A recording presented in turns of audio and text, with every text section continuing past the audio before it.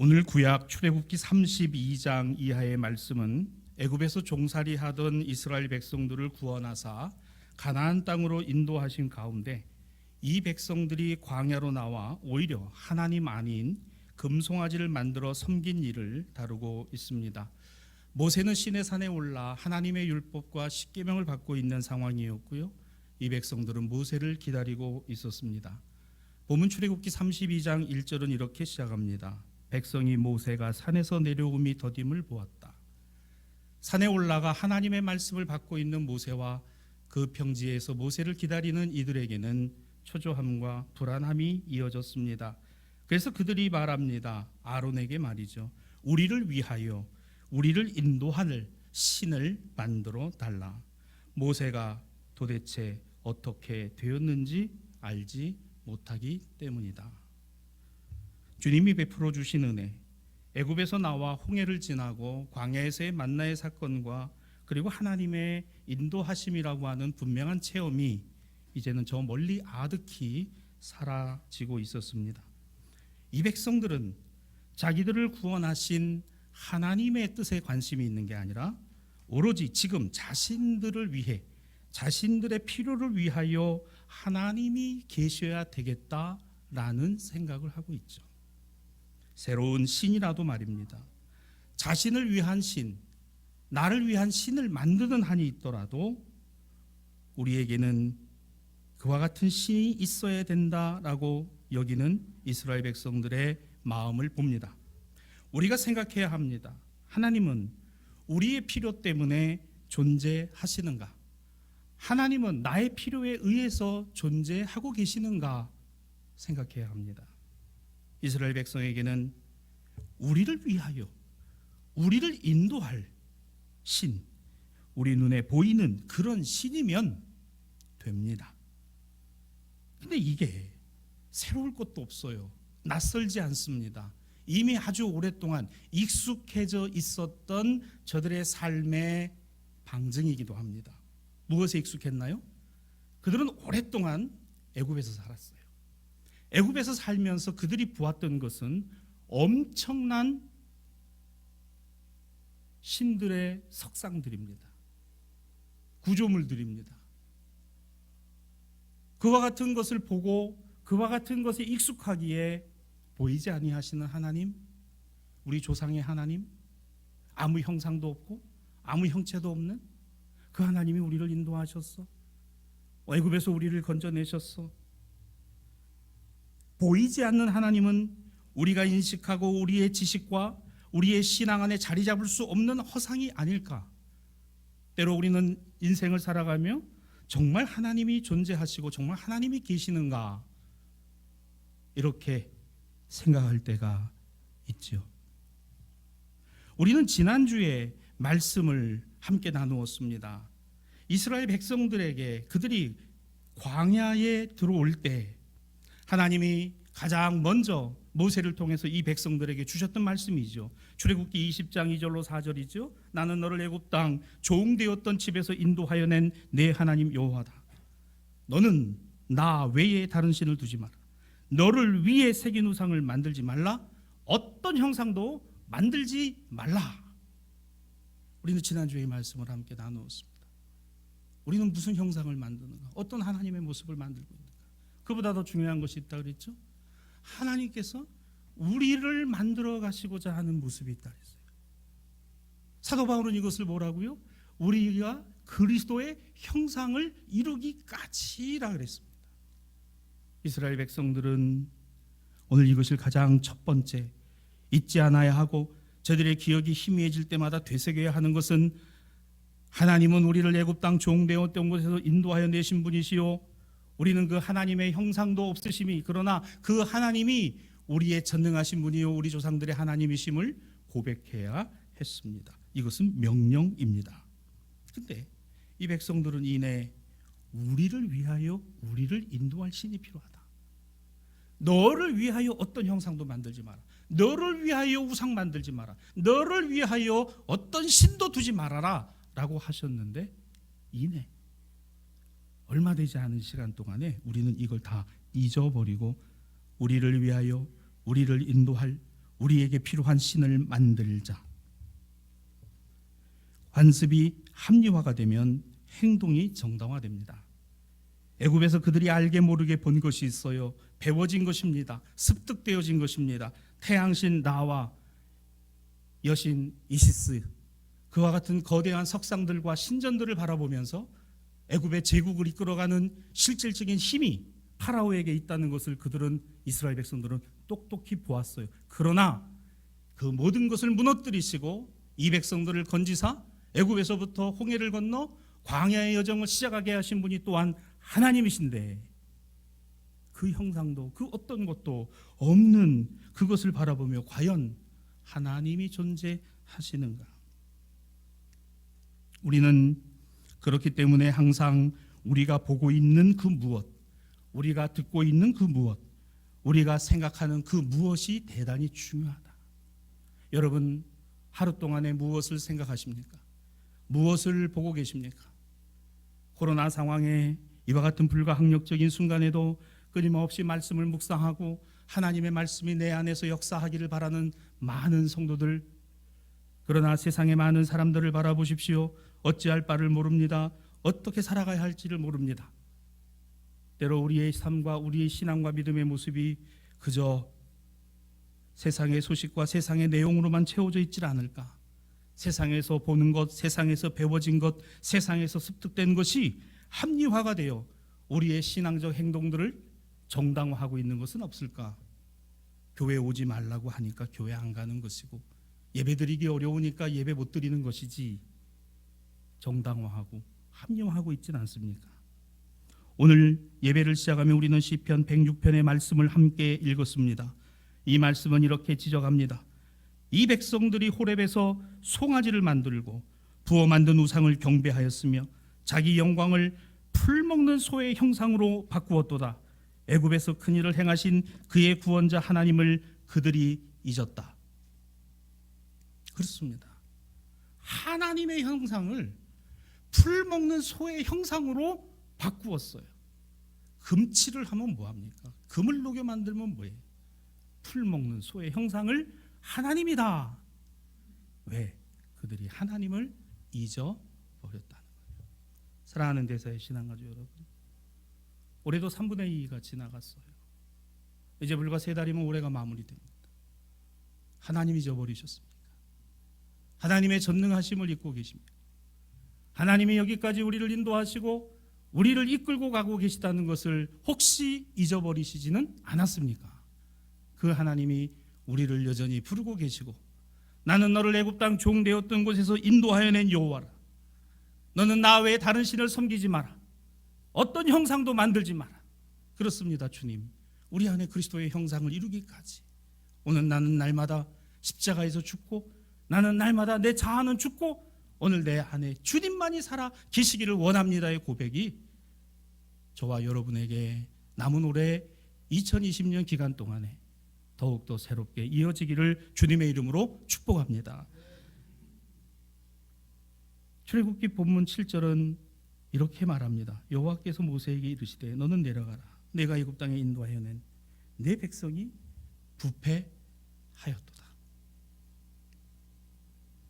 공동번역 성경에는 백성들이 고약하게 놀아나고 있다, 이렇게 직설적으로 표현을 하고 있어요. 표준세 번역에는 백성이 타락했다. 현대인의 성경은 이걸 의역해서 이렇게 표현했습니다. 이 7절의 말씀을요, 이 백성이 지금 제정신이 아니다 라고 말입니다. 내 백성이 부패하였도다. 시대가 변하면 사람도 변할까요? 구약 본문의 말씀에서 중요한 점은 이것입니다. 질고의 땅 애굽에서 기쁨의 땅 가나안을 하나님의 광야로의 초대에 나아온 이 백성들이 어떻게 받아들였는가라는 것입니다. 여러분, 우리 인생은 광야에 있고 나그네라고 했어요. 교회는 천국에 있는 게 아닙니다. 교회는, 지상의 교회는 광야 가운데 있어요. 그래서 사도 바울은 광야 교회라고 이야기를 했죠. 오늘 이 광야 교회가 무엇을 이야기하는가? 광야 교회가 축복인 걸 믿으십니까? 질고의 땅과 어둠의 땅에서 우리를 해방하사 비록 간조하고 메마르고 물이 귀하고 척박하긴 하나 거기에 하나님이 구름 기둥과 불 기둥이 되어 주시고 우리 안에 임재하시며 우리에게 말씀하시고 우리를 붙들어 가시니 이것이 축복이고 광야지만 축복이고 다 있는 것 같은 애굽이나 저주인 것이죠. 우리는 가나안을 향하여 하나님의 부르심에 응답한 교회요 성도라는 사실을 기억합니다. 430년간 노예로 살아 애굽에서 이제 벗어나 하나님의 인도하심으로 가나안을 향하여 나아갔던 이 백성들은 그러므로 이 길, 광야의 길은 신앙의 길이었으며 믿음의 길이었습니다. 하지만 그들의 대부분은 하나님의 은혜를 쉽게 잊어버렸고 하나님께 등을 돌렸다라고 했습니다. 하나님은 그 얼굴을 드사 우리에게 복 주시기를 원한다. 성경은 우리에게 이렇게 말씀하고 저들의 조상 아브라함과 이삭과 야곱의 하나님은 바로 저희들에게 얼굴을 드사 복 주시기를 원한다라고 했는데 이 백성들은 자신들의 얼굴을 돌렸습니다. 등을 돌렸습니다. 그 하나님의 얼굴을 볼 수 없는 것이죠. 그 하나님의 얼굴이 보이지 않는 것입니다. 오늘 우리의 이 예배가 이 예배당과 각 처소에서 온라인으로 유튜브로 드려짐 가운데 우리는 무엇을 보아야 하나요? 하나님의 얼굴을 보는 것이요 하나님의 얼굴을 향하는 하나님의 얼굴을 대면하는 예배가 되기를 주님의 이름으로 부탁합니다. 우리가 서로 대면하지 못하는 것뿐이죠. 예배는 하나님을 대면하는 거예요. 하나님을 대면하는 겁니다. 한국교회가 착각을 하는 거예요. 왜 사람이 비대면 그게 왜 중요합니까? 우리가 서로 함께 하나님의 얼굴을 대면하고 있어야 예배이지요. 예배당에서, 가정에서, 직장에서, 생업의 자리에서, 삶의 자리에서 하나님을 대면하고 우리의 등을 하나님께 돌리지 않는 것, 이것이 예배이잖아요. 한국교회는, 복음적 교회는 단 한 번도 이 예배를 포기한 적이 없습니다. 오늘 이 예배 가운데 이곳에서, 가정에서 하나님의 얼굴을 대면하시기를 주님의 이름으로 축복합니다. 그 하나님의 대면, 우리는 은혜 안에 살아갑니다. 그런데 은혜가 잊어지면 감사가 사라져요. 감사가 사라지니까 원망과 불평만이 가득합니다. 원망과 불평이 가득한 내 자신을 바라보면 그 안에는 나의 고집과 욕심만이 있다는 것을 발견합니다. 무엇이에요? 은혜가 없다는 거예요. 아니, 은혜를 잊어버렸다는 겁니다. 여러분, 그럴 수 있어요. 그러나 기억하십시오. 은혜의 하나님, 사랑의 하나님, 긍휼하심의 하나님, 구원의 하나님, 능력의 하나님, 그 하나님을 기억하는 것입니다. 원망과 불평이 떠나가는 것입니다. 내 고집과 욕심을 내려놓는 것입니다. 다음의 말씀이 이것을 증거합니다. 출애굽기 32장 9절입니다. 여호와께서 모세에게 또 이르시되 내가 이 백성을 보니 목이 뻣뻣한 백성이구나. 공동번역 성경에서는 이것을 이렇게 직역합니다. 나는 이 백성을 잘 안다. 보라 모세야, 얼마나 고집이 센 백성이냐. 얼마나 고집이 센 백성이냐. 나는 이 백성을 잘 안다. 하나님이 아신다는 거예요. 무엇을요? 우리의 고집과 우리의 자만과 우리의 이기적인 그 마음들을 알고 계시다는 겁니다. 우리의 고집과 우리의 이기심 때문에 주님의 은혜가 잊어버려지는 건 아닐까? 그 은혜를 기억하는 것조차 쉽지 않은 이유가 여기에 있지 않을까? 그리고 더 나아가서는 강고해진 내 자만과 교만이 하나님의 은혜는 아무것도 아니라는 이와 같은 무용지물이라고 하는 생각으로 굳어져 가는 것은 아닐까? 세상에 은혜 없으면 나는 살 수 없습니다의 고백이 아니라 은혜는 없어도 돈이 없으면 나는 살 수 없고 물질이 없으면 나는 살 수 없다는 이와 같은 생각으로 굳어져 있는 것은 아닐까? 우리는 두려워해야 합니다. 무엇을 두려워합니까? 그렇습니다. 나는 이 백성을 안다. 보라 얼마나 고집센 백성인가. 하나님이 아시기에 우리는 두려워하는 것입니다. 아, 하나님이 내 마음을 아시는구나. 내 안에 중심에 있는 것을 아시는구나. 내 안에 두고 있는 이 생각을 하나님이 아시는구나. 그 하나님 앞에 무릎 꿇는 것을, 그 두려움 앞에 무릎 꿇는 것을 경외라고 합니다. 하나님을 경외하라. 세상을 향하여 하나님께 엎드리라고 말하기 전에 교회가 하나님 앞에 엎드리고, 세상더러 교회가 세상을 향하여 하나님을 두려워하라고 말하기 전에 우리가 하나님을 두려워해야 합니다. 이게 바로 기독교 신앙의 정수예요. 이게 가장 중요한 정수입니다. 감히 세상을 향해서 하나님께 엎드려라, 하나님께 순종해라, 하나님 앞에 예배해라 말하면서 정작 나는 하나님 앞에 엎드리지 않습니다. 순종하지 않습니다. 예배하지 않습니다. 그러면서 세상을 향하여서 그러라 그러는 거예요. 세상이 우리더러 말합니다. 너네나 똑바로 해. 너네나 똑바로 해. 나는 이 백성을 잘 안다. 보라 얼마나 고집이 센 백성인가. 하나님이 이런 우리를 하시는구나. 이런 나의 마음을 알고 계시는구나. 이제 복음서의 말씀을 봅니다. 마태복음 22장 1절 이하는 계속된 예수님의 비유인데요. 임금의 혼인잔치에 초대된 사람들의 비유, 이렇게 이름 지어져 있습니다. 하지만 이 초대를 받은 이들은 임금의 복된 초대를 각자마다의 이유를 들어 거절하지요. 마태복음 22장 3절 이하 6절까지의 말씀에 보면 종들을 보내어 사람들을 혼인잔치에 청한 임금, 그런데 오기를 싫어했다라고 합니다. 다시 종들을 보내어 엄청난 잔치를 만들고 사람들을 불러오나 5절입니다. 그들이 돌아보지도 않고 한 사람은 자기 밭으로 한 사람은 자기 사업하러, 또 어떤 사람들은 보내온 종들을 잡아 모욕하고 죽이기까지 했다라는 것이 예수님의 말씀입니다. 비유입니다. 누가 들었나요? 그렇습니다. 계속 이어서 듣는 사람들. 예루살렘의 대제사장과 백성의 장로들, 바리새인들입니다. 임금은 분노했어요. 애초 초청하고자 한 이들을 다 제외하고 다른 사람을 초청하기로 합니다. 이제 하나님의 먼저 택함을 받은 선민들의 초청은 무효가 되었습니다. 이제 그들은 하나님의 환대받기를 거절한 사람들, 하나님의 호의와 하나님의 환대 안에 들어오기에 합당하지 않은 사람들이 되었습니다. 그들 각자의 고집과 교만이 이 같은 결과를 초래한 것이지요. 아마도 대제사장과 백성의 장로들과 바리새인들은 이 말씀을 듣고 도대체 무슨 뜻인가를 물은 것이 아니라 우리를 향하여 저 예수가 말하는구나 라고 들었다는 것이죠.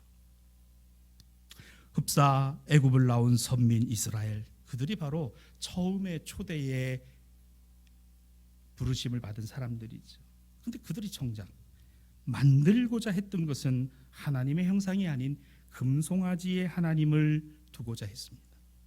성전을 중심으로 메시아를 기다린다는 신앙 공동체를 대표하던 예루살렘의 대제사장과 백성의 장로들이 참되신 하나님의 구원잔치를 걷어차고 그 아들까지 죽일 사람들이라는 명백한 모습이 지금 예수님의 불꽃 같은 눈 가운데 들어왔다는 것이죠. 나는 안다. 이 백성들이 얼마나 목이 곧은 백성인지를 안다. 심히 두렵고 떨림이 바로 이것입니다. 교회가 이 말씀을 들을 때 이건 세상을 향하여 말씀하심이 아니라 오늘의 교회를 향하여 말씀하심이 아니라, 세상에 하나님을 모르는 사람들이 들어야 될 말씀이 아니라 하나님을 안다라고 하는, 하나님의 부르심에 있다라고 하는 성도들이 들어야 될, 교인이 들어야 될 말씀이라고 하면 얼마나 두렵고 얼마나 떨릴 말씀입니까? 나는 너희를 안다. 나는 이 교회를 안다. 나는 이 교회의 성도들을 안다.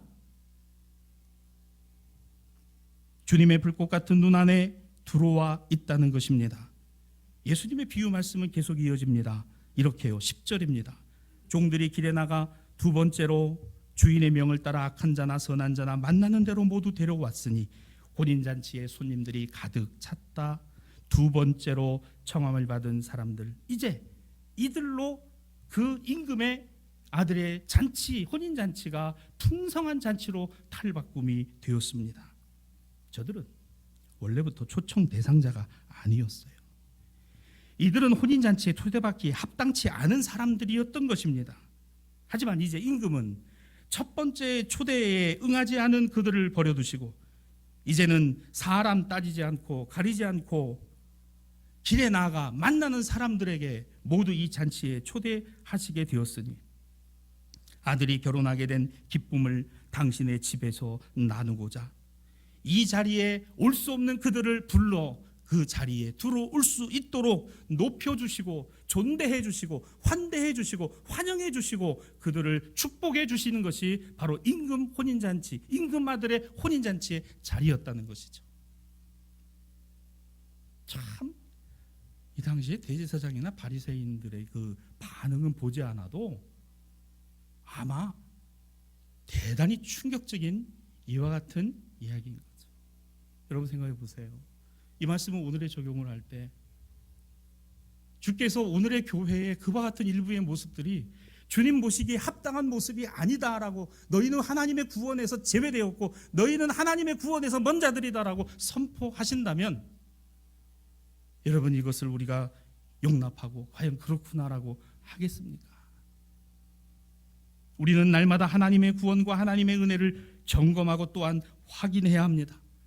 하나님의 구원에서 멀어지고 하나님의 구원에서 떨어질까를 노심초사하고 때로 그 하나님 앞에 나는 합당하고 또한 하나님의 뜻에 명백하게 부합된 삶을 살아가고 있는가를 끊임없이 돌이키고 또 돌아봐야 합니다.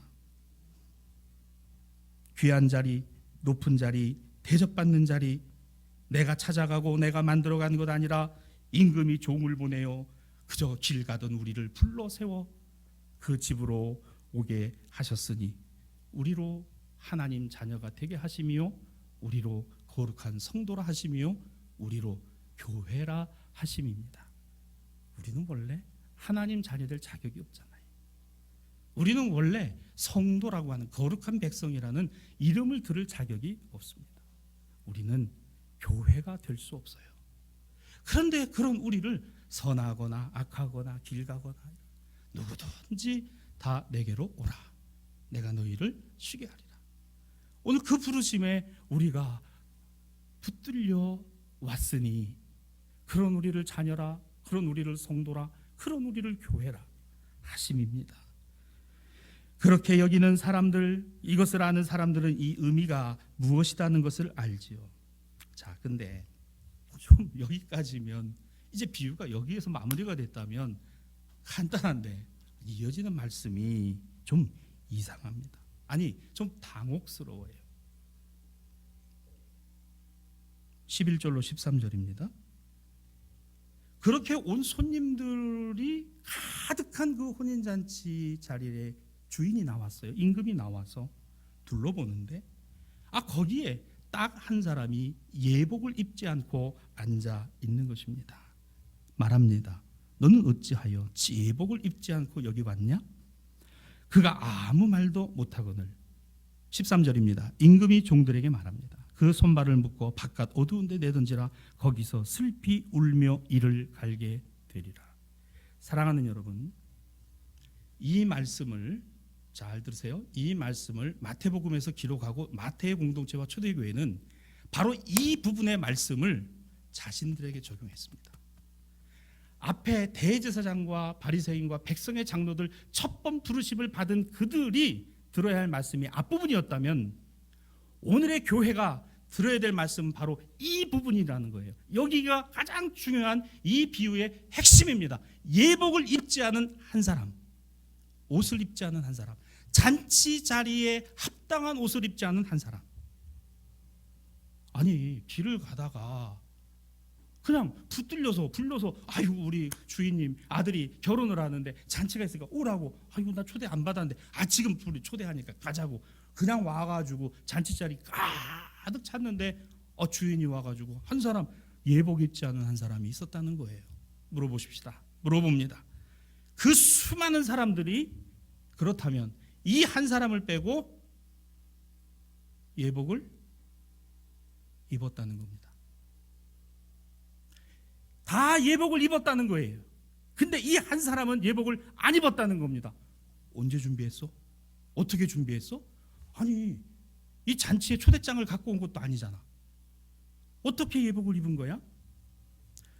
당시 유대 팔레스타인의 혼인 예식에서는요, 혼인잔치 자리의 입구에는요, 그 혼주가 반드시 그 입구에 두는 것이 있으니 바로 그 잔치에 들어올 때 입는 옷을 두었다고 합니다. 다시 말씀드립니다. 이건 내가 준비해서 입고 가는 게 아니에요. 주인이 준비해 놓은 걸 들어가며 갈아입으면 되는 겁니다.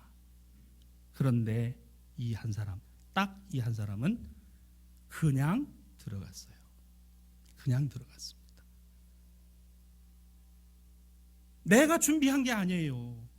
주인이 준비해 놓은 겁니다. 그 자리에 맞고 그 격식에 맞는 예복을 갖추는 것이었어요. 주인이 준비해 놓은 것입니다. 그런데 이 한 사람만큼은 예복을 미처 입지 않고 들어가 버렸어요. 남들을 모든 사람들은 다 이 왕이 임금이 주는 예복을 입었음에도 불구하고 자기가 밖에서 입고 있던 옷을 자기 주장대로 자기 고집대로 이 옷 입고 그 자리에 들어가 앉아 있었으니 주인이 보기에 합당한 자가 아니구나. 사랑하는 신앙가족 여러분, 교회는 마치 주님 나라와 기쁨의 잔치에 참여할 두 번째로 초대받은 이들입니다. 장자가 아니어도 됩니다. 선민이 아니었어도 됩니다. 길가에 나가 각기 자기 길로 살아가던 이들을 부르시고 어느 누구에게나 동일하게 주신 은혜였습니다. 그러면 예복은요? 교회는 미리 준비된 예복을 입고 임금이 마련한 기쁨의 잔치자리에 들어가야 하는 사람들입니다. 미리 준비된 예복을 입어야 합니다. 그 예복이 무엇입니까? 오늘 서신서의 말씀 빌립보서 4장 1절에 보면 사도 바울은 명백한 하나님의 구원의 예복을 이렇게 표현합니다. 그러므로 나의 사랑하고 사모하는 형제들 교회여, 나의 기쁨이요 면류관인 사랑하는 자들이여, 이와 같이 주 안에서 서라. 주 예수 그리스도 안에 서라. 다른 말로 표현하면 이렇게 설명할 수 있습니다. 로마서 13장 14절입니다. 오직 주 예수 그리스도로 옷 입어라. 따라 하십시다. 주 예수 그리스도로 옷 입어라. 그렇습니다. 내가 준비하는 게 아니에요. 하나님이 준비해 놓으신, 주님이 준비해 놓으신 교회가 되기 위해, 성도가 되기 위해서는 주 예수 그리스도로 옷 입어야 합니다. 세상의 죄와 사망과 육신과 정욕대로 살아가던 옷은 벗어놓고 이제 주 예수 그리스도로 옷 입어야 합니다. 이것이 주 안에 서라. 주 안에서 서라. 날마다 예배당에 들어올 때, 가정에서 무릎 꿇고 예배의 자리를 만들고 말씀을 묵상하고 기도하면서, 주님, 세상에서 찌들고 세상에서 보이는 것에 들리는 것에서만 내 마음을 빼앗기고 살아가서 어느 틈엔가 금송아지 만들고 어느 틈엔가 화려한 성전에 도취해서 살아가던 내 안에 예수 그리스도로 옷 입혀 주시기를, 내가 예수 그리스도로 옷 입고 들어오게 하시기 위하여 오늘 나를 부르시고 나를 하나님의 자녀라, 성도라, 교회라 하신 그 부르심에 합당한 예수 그리스도로 옷 입는 삶을 살아가게 하옵시기를. 그래야 빌립보서 4장 4절이지요. 주 안에서 항상 기뻐하라. 여기 보면 그 기쁨이 어디에 있어요? 항상 기쁨은 주 안에 있어요. 그리스도로 옷 입을 때 있습니다. 그리스도를 의지할 때 있어요. 오늘 세상에서는요, 기쁨이 일시적이고 잠시입니다. 아무리 내가 비싸고 좋은 거 가지고 있어도요, 얼마 지나면 별거 아니에요. 주 안에서 항상 기뻐하라. 주 예수 그리스도로 옷 입어야 우리 안에 주님 나라의 잔치의 기쁨이 무엇이고 오늘 주님이 우리를 부르심의 그 합당한 삶이 무엇인가를 알게 되는 것이죠. 주님으로만, 주님의 구원으로만 그래야 이 잔치가 기쁨의 잔치요 복이라는 것을 알게 됩니다. 그러면 이제 주님 나라 기쁨을 나누기 위하여 우리가 입어야 할 예복이 주 예수 그리스도로 옷 입는 것이라면 구체적으로 무엇을 말하는가 두 가지를 여러분과 함께 나누고자 합니다. 우선 첫째는요, 기존의 옷 벗고 새 옷을 입는다는 겁니다. 기존의 옷을 벗고 새 옷을 입어요. 사람마다 각자의 생각과 말, 살아가는 방식은 다 다릅니다. 여전히 자신이 걸치고 있는 아집과 고집, 교만이 있어요. 하나님 나라 잔치의 기쁨에 참여할 수가 없습니다. 알 수도 없어요. 가질 수도 없습니다. 기존의 옷을 입은 채로 새 옷을, 예복을 입을 수 있나요? 여러분, 내가 기존에 입고 있는 옷을 입고 그 위에 무엇인가 다른 것을 걸칠 수 있습니까? 아니요, 입을 수 없습니다. 그렇다면 나는 무엇을 고집하고 나의 교만과 자만은 무엇일까? 이것을 깨달아야 회개하고 돌이킬 수 있는 것입니다. 오늘 교회가 사랑에 대하여 용서에 대해서 말할 때는 오늘 죄를 자복하고 인정하는 것으로 붙어야 합니다. 우리가 하나님의 구원의 은혜를 입는 것도 역시 마찬가지이죠. 보십시오. 교회가 예수 그리스도로 옷 입지 않으면 인간의 교회가 됩니다. 교회가 예수 그리스도로 옷 입지 않으면 인간의 탐욕과 욕심이 투영된 금송아지를 세워놓고 이것이 하나님이다 라고 말을 합니다. 우리가 예수 그리스도로 옷 입지 아니하면 하나님의 아들을 보고도 그 아들을 오히려 죽이려는 예루살렘의 성전이 되는 것입니다. 마치 구원받은 이 백성이 시내 산을 지나서도 여전히 그들은 변하지 않은 것과 마찬가지로요. 그래서 사도 바울은 가슴을 치며 고린도 교회를 향하여 이러한 고백을 그들에게 합니다. 고린도전서 10장 1절로 5절입니다. 형제들아, 나는 너희가 알지 못하기를 원하지 아니하노니 우리 조상들이 다 구름 아래 있고 바다 가운을 지나며 구름과 바다에서 세례를 받았고 다 같은 신령한 음식을 먹고 다 같은 신령한 음료를 마셨지만 그들이 곧 그리스도 안에서 이와 같은 은혜를 하나님으로부터 받았으나 그들의 다수를 하나님이 기뻐하지 아니하셨다. 그러며 사도 바울은 이 말씀을 오늘의 교회에 적용한다고 분명히 말합니다.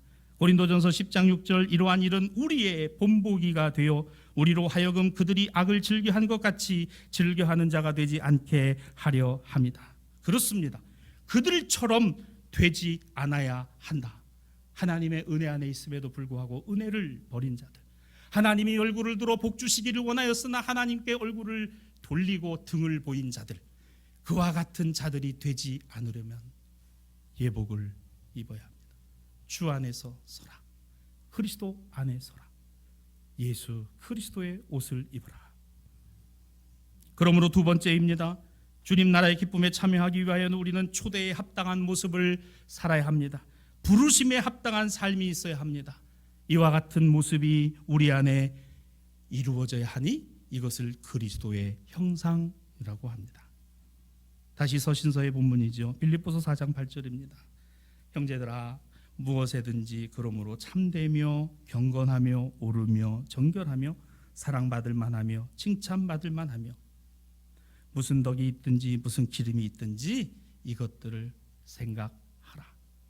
여기 보시면 예수를 믿음에 따름으로의 변화는 합당한 삶의 열매가 맺혀져 가야 한다는 것입니다. 사랑하는 대사의 신앙가족 여러분, 큰 열매도 좋아요. 근데 작은 열매라도요, 열매이면 됩니다. 30배, 60배, 100배를 고민하지 마시고 작은 겨자씨 하나일 만한 열매라도 있기를 구하시기를 바랍니다. 그게 30배가 되고 60배가 되고 100배가 되는 것이죠. 하나님, 나는 100배의 열매가 되기를 원합니다. 아니 하나님, 저 김집사는 또 100배라 그러니 하나님, 듣고 보니 좀 그러네요. 저는 1000배 열매가 되기를 원합니다. 왜 그러세요? 겨자씨만 하면 어떻습니까? 열매인데 열매 없음과 있음을 주님이 얘기하셨지 무슨 열매 크기를 갖고 얘기하셨나요? 딱 올해 배 크기도 정말 큽디다. 호박만 해요. 여러분, 그런 것도 좋죠. 그러나 작은 건포도 같은 그 하나도요, 거기에 농축되고 응축된 그 많은 태양과 양분과 그것이요 얼마나 귀한가요? 주님은 우리가 열매이기를 원하세요. 작으면 어떻습니까? 적으면 어때요? 열매 합당한 모습, 합당한 삶. 옛옷을 벗고 예복을 입는 것이죠. 옛사람을 벗어버리고 새사람을 입는 것이지요. 이기심과 교만과 자만을 벗어놓고 겸손과 순종으로 주님 앞에 무릎을 꿇는 것이지요. 신앙 안에서의 삶의 방식을 날마다 점검하며 바꾸어 가는 것입니다. 삶의 방식 바꾸는 거요, 맞습니다 여러분. 결코 쉽지 않아요. 보이지 아니하시는 전능하신 하나님이 아닌 당장 눈에 보이는 물질의 하나님, 권력의 하나님, 돈의 하나님의 금송아지를 세우는 편이 오히려 더 나을 것이라는, 급기야 그것을 선택하면 너는 하나님처럼 될 거야 라고 그럴듯하게 속삭이는 속삭임이 내 마음에 오고 있지 않습니까? 때로는 이만큼 기도하고 이만큼 예배드리고 이만큼 헌금하고 이만큼 나는 교회를 지켜냈으니 이만큼 하나님의 선한 뜻을 이루었으니 나만한 사람도 없어. 나의 의가 빛나야 돼. 그래, 너는 천하만국을 가질 자격이 있어. 이와 같은 속삭임이, 여러분, 이게 첫사람 아담에게만 왔습니까? 두 번째 아담이신 예수 그리스도에게도 왔습니다. 주님은 이것을 말씀으로 이기셨어요. 우리는요, 주 안에 서라, 그리스도로 옷 입으라. 주님, 저도 그렇습니다. 세상의 명예가, 세상의 커다란 것이, 세상의 대단한 것들이 금송한지도 모르고 저게 하나님인 것처럼, 그리고 속삭입니다. 너 저거 취하면 넌 하나님 될 거야. 너 거기에 무릎을 꿇으면 너는 천하만국을 가질 수 있어. 단연코 성경 우리에게 이렇게 말씀합니다. 거기에는 주의 나라의 기쁨이 없다. 거기에는 주의 나라의 기쁨이 없다. 주의 나라의 기쁨은 주님이 우리에게 두고 계신 그 예복을 입는 거기서부터, 그 예복을 입고 천성 하나님 나라를 향하여 살아가는 우리의 인생의 길에 고난이 오고 간조한 땅에서 메마르고 경제가 힘겨워지고 어려워지는 이 상황 가운데서도 하늘로부터 나르시는 하나님의 평안과 하나님의 은혜가 우리를 촉촉히 적셔 우리의 인생과 우리의 삶을 주님 나라의 기쁨을 나누어 가게 하시기 위한 하나님의 사랑과 은혜로 다가오고 있음을 온몸과 마음으로, 우리의 생각과 우리의 의지와 우리의 모든 계획들을 그 주님 앞에 맞춰 놓는 저와 여러분이 되기를 주님의 이름으로 축복합니다. 말씀을 마무리합니다. 우리 흔히 그 잔치 자리에 예복 입지 않은 한 사람, 그 한 사람은 나는 아닐 거야. 자, 저도 이 말씀 보면서 나는 아닐 거야 라고 생각해 보니까 아마 여러분도 그러실 것 같아요. 나는 아닐 거야. 아니기를 바랍니다. 저도 아니고 여러분도, 우리 한국교회도 아니기를 바랍니다. 그리스도가 없는 교회가 교회입니까? 그리스도가 없는 성도가 성도입니까? 그리스도가 안 계신 분이 어떻게 하나님의 자녀입니까? 예복을 입지 않았는데요. 마태복음 22장 14절 오늘 복음서의 말씀의 예수님 비유의 결론은 청함을 받은 자는 많지만 택함을 입은 자가 적다. 초대교회는 이 말씀을 아주 중요하게 받아들였어요. 우리 저렇게 되지 말자. 우리 선조들처럼 그러지 말자. 저 예루살렘 성전처럼 저렇게 되지 말아야 된다. 오늘의 한국교회가 지향해야 될 바가 그겁니다. 저렇게 돼서는 안 된다. 저건 아니다.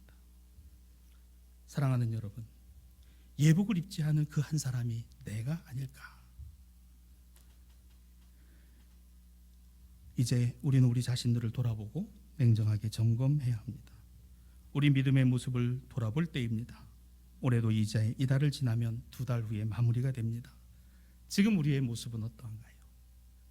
주님 나라의 기쁨을 나누어 가고 있습니까? 이것이 우리 안에 있습니까?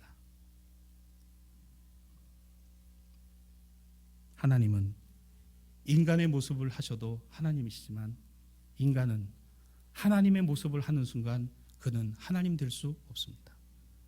성경은 오늘 우리에게 말합니다. 주님 나라의 기쁨을 나누는 그 부르심에 응답하고 그 합당한 삶의 열매를 이어가라고 우리 주께서 우리에게 말씀하십니다. 기도합니다.